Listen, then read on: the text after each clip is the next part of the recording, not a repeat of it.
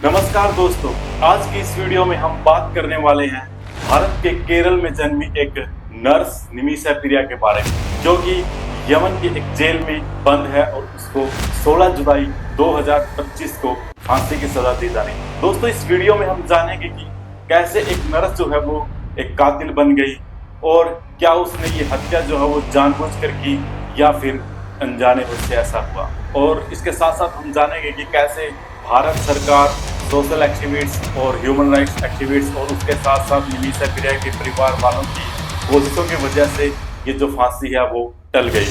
तो चलिए वीडियो को शुरू करते हैं। तो दोस्तों, ये जो नर्स है निमिषा प्रिया, इसका जो जन्म है वो 1 जनवरी 1989 को केरल के पलक्कड़ जिले के एक छोटे से गांव में हुआ था। जैसे कि आमतौर पर सभी लड़कियां की करती है, निमिषा ने भी जो है वो नर्सिंग का कोर्स करना शुरू किया, लेकिन इनकी जो परिवार की या घर की फाइनेंशियल कंडीशन है वो इतनी अच्छी नहीं थी, इसलिए उनको जो है इस कोर्स को पूरा करने में एक लोकल जो चर्च है उसने फाइनेंशियल सपोर्ट किया था। दोस्तों, निमिषा जो है वो 2008 में बेहतर जिंदगी और बेहतर आजीविका के लिए भारत छोड़कर यमन चली गई और वहां पर उसने यमनी सरकार द्वारा चलाए जा रहे एक सरकारी हॉस्पिटल में नर्स की नौकरी शुरू की। इसके बाद दोस्तों, निमिषा जो है 2011 में वापस भारत आ गई और घर वालों ने उसकी जो शादी है वो टोनी थॉमस नाम के शख्स के साथ कर दी और इसके बाद अपने हस्बैंड के साथ निमिषा जो है वो वापस यमन चली गई और वहीं पर दोनों जो है अपना काम करने लगे। तो दोस्तों, दिसंबर 2012 में निमिषा ने जो है एक लड़की को जन्म दिया। बच्चे की देखभाल करने के साथ साथ घर चलाना बहुत मुश्किल हो रहा था, इसलिए साल 2014 में निमिषा के जो हस्बैंड है टोनी थॉमस, वो वापस इंडिया आ गए और निमिषा जो है वो वहीं पर रुककर अपना काम करने लगी। लेकिन दोस्तों, थॉमस और निमिषा ने जो है बातचीत की और उन्होंने सोचा कि निमिषा जो है अब ये जो नर्स वाली जॉब है ये छोड़ देगी और अपना खुद का एक क्लिनिक खोलेगी। लेकिन दोस्तों, यमन में निमिषा को खुद का क्लिनिक खोलने का लाइसेंस लेने के लिए एक यमनी बिजनेस पार्टनर की जरूरत थी, क्योंकि यमन के कानून के अनुसार बिना यमनी पार्टनर के वो ऐसा नहीं कर सकती थी। तो दोस्तों, इसलिए निमिषा ने जो है अपने यमन के ही एक जानकार तलाल अब्दो मेहदी के साथ ये जो बिजनेस है ये करने की सोची और तलाल को जो है अपना बिजनेस पार्टनर बना लिया। तलाल जो है वो एक टेक्सटाइल शॉप के मालिक थे और निमिषा को कई सालों से जानते थे। अब दोस्तों, इसके बाद जो है कुछ पैसे जो है वो निमिषा ने अपने पास से जोड़े और कुछ जो है इंडिया से उसके पति जो थॉमस है उसने इधर उधर से इकट्ठा करके निमिषा को दिए और निमिषा ने जो है यमन की राजधानी सना में जनवरी या फरवरी 2015 में ही अल अमन मेडिकल क्लिनिक नाम से एक 14 बेड का जो है क्लिनिक खोला और निमिषा का जो बिजनेस पार्टनर है वो बना तलाल अब्दो मेहदी। और तलाल के साथ जो निमिषा की दोस्ती है वो कब रिश्ते में बदली और रिश्ता कब बंधन में बदल गया ये शायद निमिषा को भी पता नहीं चला। लेकिन दोस्तों, वो कहते हैं ना, सिर मुंडा थी ओले पड़ना। जनवरी या फरवरी में ही निमिषा ने जो अपना क्लिनिक शुरू किया था और उसके बाद मार्च 2015 के आसपास ही यमन में जो है सिविल वार शुरू हो गया। भारत सरकार ने अपने हजारों नागरिकों को यमन से जो है निकाला और वापस अपने देश लेके आई, लेकिन निमिषा जो है वो भारत वापस नहीं आई, क्योंकि अभी अभी जो है निमिषा ने अपनी पूरी जो इन्वेस्टमेंट है वो अपने क्लिनिक को खोलने में लगा दी थी।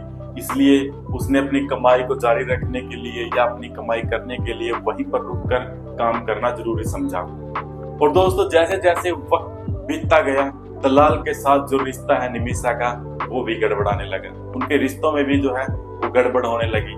निमिषा कहती है कि तलाल ने जो है उसके पैसे लूट लिए और उसको फिजिकली जो है बहुत ज्यादा टॉर्चर किया जाने लगा। इसके बाद तलाल ने निमिषा का जो पासपोर्ट है और जो दूसरे डॉक्यूमेंट है वो जब्त कर लिए और अपने कब्जे में ले लिया ताकि वह इंडिया वापस न जा सके।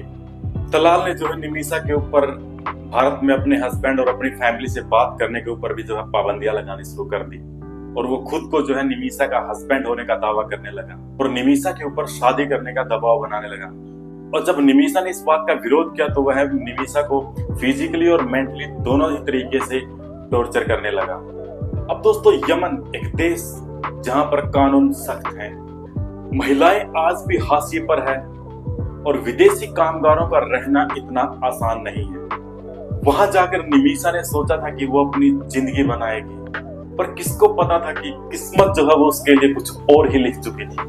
आखिर में दोस्तों, निमिषा ने तलाल के इस बिहेवियर से परेशान होकर 2016 में पुलिस में एफआईआर दर्ज करवाई। लेकिन दोस्तों, जैसा कि मैंने पहले ही बताया, यमन में महिलाएं जो है वो बिल्कुल हाशिए पर है, इसलिए पुलिस ने भी इस मामले में निमिषा की कोई खास मदद नहीं की। अब दोस्तों आप सोचिए, विदेश में फंसी एक महिला जिसका पासपोर्ट छीना जा चुका है, पुलिस जिसकी कोई मदद नहीं कर रही है, अब वो मदद मांगने के लिए जाती तो कहां जाती। इसलिए दोस्तों निमिषा ने आखिर में आजाद होने का फैसला कर लिया। उसने प्लान बनाया कि वो तलाल को बेहोश करके अपना पासपोर्ट और डॉक्यूमेंट लेकर वहां से भाग जाएगी, और उसने जुलाई 2017 में तलाल को जो है केटामाइन की एक डोज दे दी। दोस्तों ये जो केटामाइन है ये एक तरह का एनेस्थेसिया होता है, जिसका जो यूज है वो मेडिकल लाइन के लोग पेन रिलीफ और एनेस्थेसिया के रूप में ही करते हैं।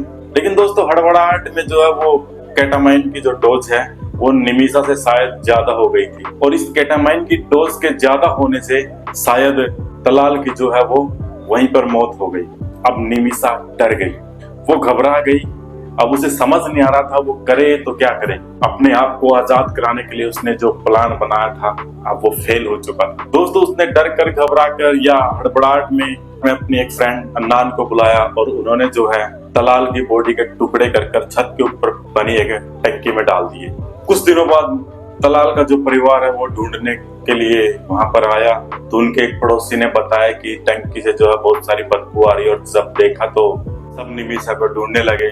और आखिर में पुलिस ने जो है अगस्त 2017 में निमिषा को अन्नान के साथ सऊदी अरेबिया का जो बॉर्डर है यमन के साथ लगता हुआ वहां से गिरफ्तार कर लिया गया। और इसके बाद जो है निमिषा का कोर्ट में ट्रायल चला, और एक लोकल कोर्ट ने निमिषा को जो है 2020 में मौत की सजा सुना दी। लोकल कोर्ट के इस फैसले के खिलाफ जो है यमन के सुप्रीम कोर्ट के अंदर जो है अपील की गई, लेकिन 2023 में सुप्रीम कोर्ट ने भी जो है इस अपील को खारिज कर दिया और उसकी जो मौत की सजा उसको बरकरार रखा। और इसके बाद जो है दोस्तों आखिर में निमिषा की फांसी की सजा को टालने के लिए यमन के जो प्रेसिडेंट हैं उनके पास अपील की गई। लेकिन दोस्तों दिसंबर 2024 में यमन के राष्ट्रपति रशद अल अलमी ने भी निमिषा की मौत की सजा को बरकरार रखा और उनको 1 महीने के अंदर फांसी देने का आदेश दिया। अब दोस्तों निमिषा की मौत की सजा को टालने का सिर्फ एक ही ऑप्शन बचा था, और वो था ब्लड मनी। दोस्तों यमन में जो है 2 तरह की पैरेलल सरकार चल रही है।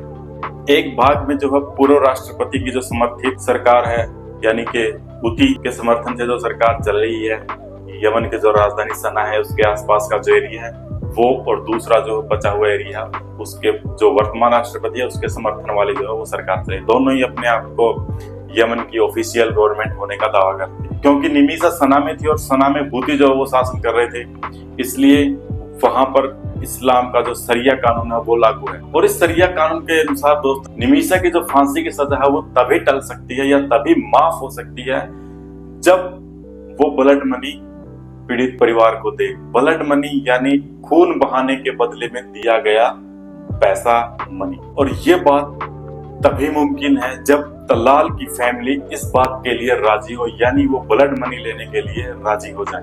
लेकिन दोस्तों तलाल की जो फैमिली है वो गुस्से में थी और उसने ब्लड मनी लेने से भी इनकार कर दिया था। अब उधर यमन में जो है दोस्तों निमिषा मौत का इंतजार कर रही थी, और इधर भारत में निमिषा की माँ और उसका पूरा परिवार दर दर भटक रहे थे। घरेलू काम करने वाली निमिषा की माँ 2024 से ही यमन के अंदर रुकी हुई है और अपनी बेटी को बचाने की आखिरी कोशिशों में लगी हुई है। उन्होंने केरल की सरकार से जो है मदद की गुहार लगाई, और केरल की सरकार ने भारत के विदेश मंत्रालय से जब बातचीत की तो भारत सरकार जो है वो मामले में इंटरवेन करने के लिए राजी हो गई। लेकिन दोस्तों भारत सरकार के लिए ये मामला इतना आसान नहीं था। दोस्तों यूएई गल्फ न्यूज ने लिखा है कि निमिषा पिरे के मामले में भारत सरकार के सामने सबसे बड़ी चुनौती ये है कि यमन में उसकी जो है यानी भारत सरकार की राजनयिक मौजूदगी बहुत कम है। भारत सरकार जो है वो हूतियों के शासन को मान्यता नहीं देती है, इसलिए भारत सरकार के पास इस मामले में हस्तक्षेप करने के जो ऑप्शन है वो बहुत ही लिमिटेड है। दोस्तों भारतीय विदेश मंत्रालय के जो प्रवक्ता है रणदीप जायसवाल, उन्होंने कहा था कि निमिषा प्रिया के मामले में भारत सरकार जो है वो हर संभव जो मदद है वो मुहैया करवा रही है। उन्होंने कहा था कि भारत सरकार ने परिवार की मदद के लिए और कानूनी मदद के लिए एक वकील भी नियुक्त किया हुआ है। उन्होंने कहा था कि भारत सरकार जो है वो यमन सरकार के स्थानीय अधिकारियों के साथ संपर्क में है और उनके साथ मिलकर वो जो है तलाल की फैमिली के साथ निगोशिएट कर रही है। और दोस्तों इस मामले में सिर्फ सरकार नहीं, बहुत सारे एनजीओ, ह्यूमन राइट एक्टिविस्ट और आम जनता भी सोशल मीडिया के ऊपर जो है वो एक्टिव है। सेव निमिषा प्रिया ट्रेंड करने लगा। कई फंड रेजर भी शुरू किए ताकि ब्लड मनी के लिए पैसा जुटाया जा सके। दोस्तों अल यमन अल गाद ने लिखा है कि निमिषा के जो वकील उन्होंने 9 जुलाई को बताया था कि 16 जुलाई 2025 को जो है वो निमिषा को फांसी देनी तय हुई है। और दोस्तों निमिषा के परिवार वालों ने जो है तो तलाल की फैमिली को $1 मिलियन जो ब्लड मनी है वो देने की पेशकश की है, लेकिन ये बात जो है वो सिरे तक नहीं पहुंची। इसके साथ साथ दोस्तों निमिषा की जो फांसी है उसको माफ कराने के लिए कई जो स्थानीय यानी यमन के भी धार्मिक जो स्कॉलर है वो भी आगे आए हैं, जिनमें यमन के ही सूफी स्कॉलर शेख हबीब उमर बिन हाफिज भी शामिल है। और दोस्तों निमिषा प्रिया की फांसी की जो सजा उसको माफ करवाने के लिए बनाई गई एक काउंसिल जिसका नाम है सेव निमिषा प्रिया इंटरनेशनल एक्शन काउंसिल, उसने बताया कि 14 जुलाई 2025 को जो है उसने केरल के ही बेहद प्रभावशाली मुस्लिम धर्मगुरु ग्रैंड मुफ्ती एपी अबूबकर मुस्लियार से बातचीत की और इसके बाद इन लोगों ने ग्रैंड मुफ्ती के साथ मिलकर यमन के ही कुछ प्रभावशाली शेखों से बात की। और दोस्तों भारत सरकार, human rights activist, social activist, grand मुफ्ती और save Nimisha international action council के सदस्यों ने जो है यमन में कुछ लोकल जो ट्राइबल लीडर्स हैं उनके साथ मिलकर तलाल की फैमिली के साथ नेगोशिएट किया और कहते हैं कि इसमें जो तलाल की फैमिली है वो $1 मिलियन ब्लड मनी लेने के लिए सहमत हो गई है। लेकिन दोस्तों इस बारे में ऑफिशियली कोई भी स्टेटमेंट अभी किसी भी तरफ से नहीं दी गई है। और दोस्तों जैसे ही 16 जुलाई 2025 को निमिषा को फांसी की सजा दी जानी थी, वो इस नेगोशिएशन की वजह से शायद यमन की सरकार ने जो है वो रोक दी, उसको अभी टाल दिया गया है।